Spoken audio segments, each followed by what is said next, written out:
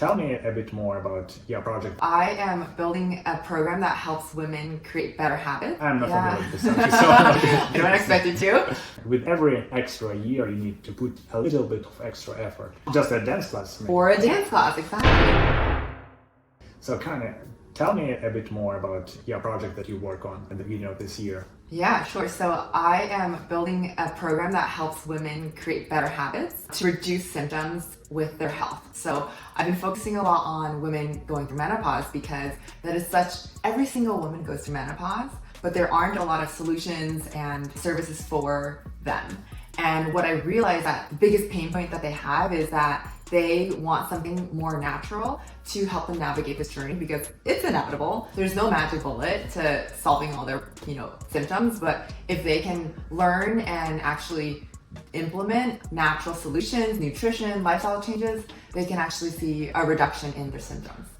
Does it really have to do with their daily routine more than just with the medicine? I'm not familiar with this subject, so I don't expect you to. You could take a pill to address your symptoms, but a lot of people don't want to because there could be, if they're not a good candidate because of risk of cancer, or they want something more natural. So when it comes down to actual solutions, it really comes down to diet, like what you're putting in your body, and lifestyle changes, like how much you're exercising. Those are sort of the fundamental solutions for health in general, and especially when they're going through a journey like menopause, it actually can help. So when it comes to their day-to-day life, it's actually really beneficial to take on these changes, nutrition and lifestyle changes every single day, because that consistency is when you actually see results. Is it some kind of extra effort that you need to put in, or it just has to do with just normal common sense that you have to have a healthy lifestyle, or is it an extra thing that you need to do on top of normal healthy lifestyle? It can be both. It can be the basic things like if your biggest concern is you're gaining a lot of weight during menopause, you have that stubborn belly fat, how do you lose weight? Well, you can exercise and you can eat healthy. So those are very basic things that everyone realizes they need to do, but to actually do it is really hard, right? Like try telling someone to go to the gym every day. Do they do it? They know they should, but do they actually do that every single day? But there could also be extra things. For example, ginger is a great herb and a root that if you eat more ginger, it could help you lose more weight. It could help you with your energy. It could help with digestion. So there's a lot of benefits to natural remedies like herbs that you can take you can add on to your routine to help you reduce symptoms. So did you speak with a lot of potential customers of your product? Did you research this topic a lot? What did you discover? Yeah, so I did speak to a lot because I personally started getting hot flashes a few years ago, and that was my journey into the menopause space. Even though given my age, I'm not in menopause, I have hormone imbalance, and that's what a lot of women in menopause have. So I started talking to a lot of friends' moms. My mom is a doctor. She's a family practice physician and focuses on women over 40. So I talked to a ton of her patients. And overall, the biggest pain points for them is that one, they just don't know who to trust. Maybe they're lucky and they find someone like my mom who they can get hormone pills or get, their blood tests so that they can see which hormones they're deficient in or their levels are dropping in. Yeah, to have the proper professional advice. Exactly. Proper checkup. Exactly, because less than 20% of OBGYNs, they're doctors trained in women's health, less than 20% of them are trained in menopause. So a lot of times these women go to doctors and they don't know what's wrong and they honestly just dismiss their feelings. They're like, oh, you have a headache, it's fine. Here, take some migraine medicine. So that's a really frustrating journey because the women just don't know what's wrong. They don't know where to go find a solution. And the second one is they go online because maybe they don't know, no one's telling them what's wrong, and they try to see what's online and it's just such misinformation, don't know who to trust. Quite misleading. Exactly. But if they don't have an access to a proper resource of information, what would be the general advice that would not harm them in any way, that would only make something positive to them?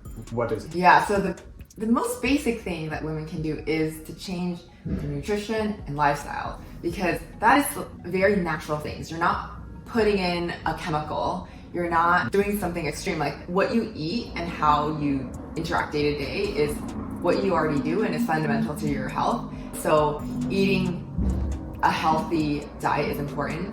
And I actually don't even like the word diet because that has all these misconceptions, but a healthy way of life or a healthy food is it doesn't important. mean that you need to lose weight necessarily. It's just the way that the kind of ingredients that you have in your diet. Exactly. And there's so many, within nutrition, there's so many things like eating not processed food, cutting out things like alcohol and sugar, and adding nutritious foods, ones with high fiber, because that helps a lot with digestion and getting rid of toxins, and eating foods that have a lot of nutrition that are high in vitamin A, vitamin B. You can literally do the alphabet, vitamin A, B, C, D, E, K, magnesium. There's all these different nutrients that you need to help nourish your body, especially during this time when your hormone levels are dropping and your body, as you get older, tends to have a lower, just less nutrients, I guess, and ability to absorb these nutrients. So you need to make sure digest it properly, to get out the food. Exactly. But is it has to do with some supplement that you have to take, or you just need to have the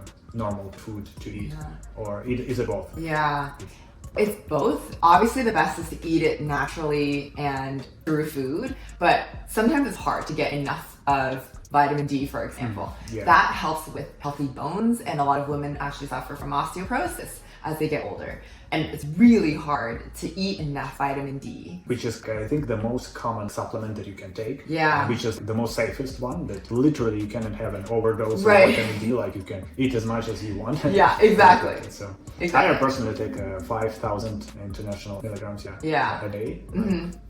Although I live in California, which is pretty sunny. I know. But even if it's sunny, how often are you absorbing the sun? You're probably at your computer. It's not like I would go out like for more than an hour a day on average. Right, exactly. And ideally you would, but obviously everyone is so busy and working to intake enough. Most people end up taking supplements. And what about exercise? What should be special about it? How you should approach these symptoms? Exercise is definitely, it's important, and it can be very personalized because some people might have joint pain, might have injuries, and can't be running on a treadmill all day. But it's important to get a couple of things. Cardio in to make sure you have a healthy heart and endurance. And one thing that women shy away from typically is weight training. But building muscle is very important, especially with your bone health and just overall health. Just doing body weights isn't enough. Picking up some weights is important, and obviously doing it in using the right form and having the right instruction is helpful, so it's less intimidating for women, but that's... Would it be enough just have a healthy long walk every day, like for 2 hours, let's say, or could it be a solution? It's just being active every single day. If it is 30 minutes to an hour walk, if that's what you can fit in and that's feasible because you have injuries or whatnot, do it. It's better than nothing. But obviously, if you can, adding in some weight training is going to be so helpful to your bone health. And a lot of women, as your muscle deteriorates, it also helps. It's very easy to gain weight when you're not working out, and having that muscle to help burn fat. Especially as the age progresses through life, it gets harder to maintain the same body. With every extra year, you need to put a little bit of extra effort into your body health. Exactly, and doing it in a safe way so you're not putting your body at risk of getting injured is important. And a lot of women obviously are scared of injuring themselves when they go to the gym and have to lift some weights. But basically, the rule of thumb is to try to do some form of physical activity every single day and be consistent about it. It doesn't have to be powerlifting every single day, but having a mixture of cardio, weight training, and doing something fun. So I've interviewed physical trainers in the past, and the biggest thing is we want consistency. And the way to do that is to do something that you enjoy. So taking a class with friends, a Pilates class, or a yoga class with friends, or going on a walk. Just a dance class. Maybe. Or a dance class, exactly. Recently I started bachata classes. Oh, fun! I just had 2 classes. Yeah. It was like the first time in my life. So. Yeah, exactly. And it was like amazing experience, really entertaining, and both really physically active. Yeah. 2-3 hours, enjoying the time and meeting new people. So it can be tremendously beneficial to you in so many different ways. So many ways, especially with age, and you might feel lonely, or you might have empty nest syndrome when your kids leave for college. So having that community and finding that through hobbies is so powerful. Exercise can be helpful in so many ways. To me, it sounds like most common sense. It's so generic advice that can be applied to anyone. And it's so great that it's a good way to resolve these problems for women. So why is it still a problem? Like, why does it happen that so logical things don't happen in their lives? I mean, trying to tell someone to exercise instead of sitting on a couch and watching Netflix is hard because you're tired and you're busy and maybe you just don't have time to think. And sometimes the biggest thing is it's not a habit. And when you're telling someone to do something good, it can feel like a chore. And it might last for, if they're good, a few weeks, a few months, but then as soon as life happens, a big stress comes down, they're gonna revert back to their old ways. And they obviously have some habits at the moment. It's probably not in the right direction, right? Some habits are bad habits, right?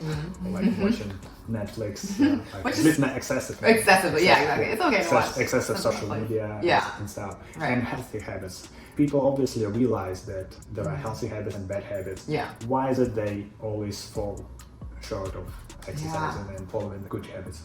In the Power of Habit, it talks about this habit cycle. There's oftentimes this cue, this trigger, and then you end up just doing this habit.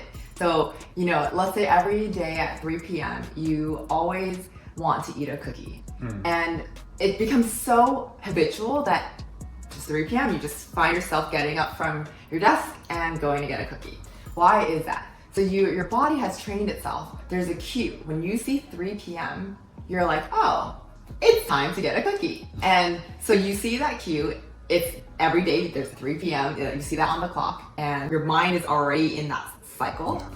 Then you're like, it's been a busy day, I want to reward myself, and in the past when I've gotten a cookie, I felt better. So there's all these like affirmations or confirmations in your body and your mind that tell you, it's time to, the cookie is something you crave and you want. It's like a dopamine hit that you seek for, and you know where you can get it, right? Exactly. So you kind of go after it again and again, and then it becomes a habit. Yes, exactly. And there's all that reward at the end. Is this cookie is so delicious and exactly what I needed. And maybe hours later you go, now I feel like a slob and I'm gaining weight. But at that moment it's you don't late, feel right? It's too late. Yeah. You're already done that. So and then the next day you're gonna forget about what you did today, and you're gonna repeat the cycle all over. Yes, there's always this reset every single day when you go, today's a new day. Every time someone wants to go on a diet, they go, I'll do it, I'll start tomorrow. There's a reset tomorrow, so okay, new day.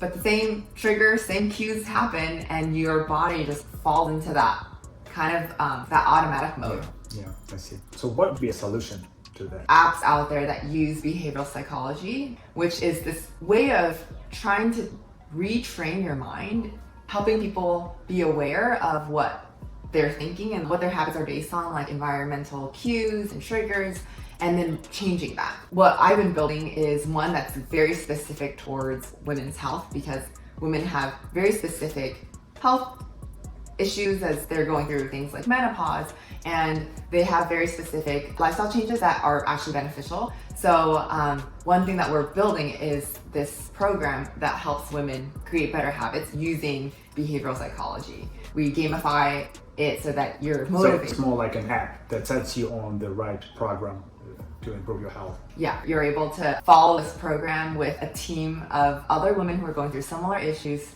There's this level of collaboration and community that comes from that, and also this competition. If you're, it's gamified, so you can win points and streaks, and then you can also just vent to each other, because a lot of women just don't have an outlet, and that's motivating them. And then we also tie in a lot of nudges around how do we remind them in a timely manner when they are dealing with that specific habit, how to break it, or how to build a good habit, like gentle nudges. And we give them advice around, if you want to eat healthy, stock your refrigerator with the right foods, and make sure you get groceries over the weekend or when you're free, so you don't grab the wrong thing. Good. So if I would summarize what you said, it's about like 3 components that you mentioned. It's the awareness, right?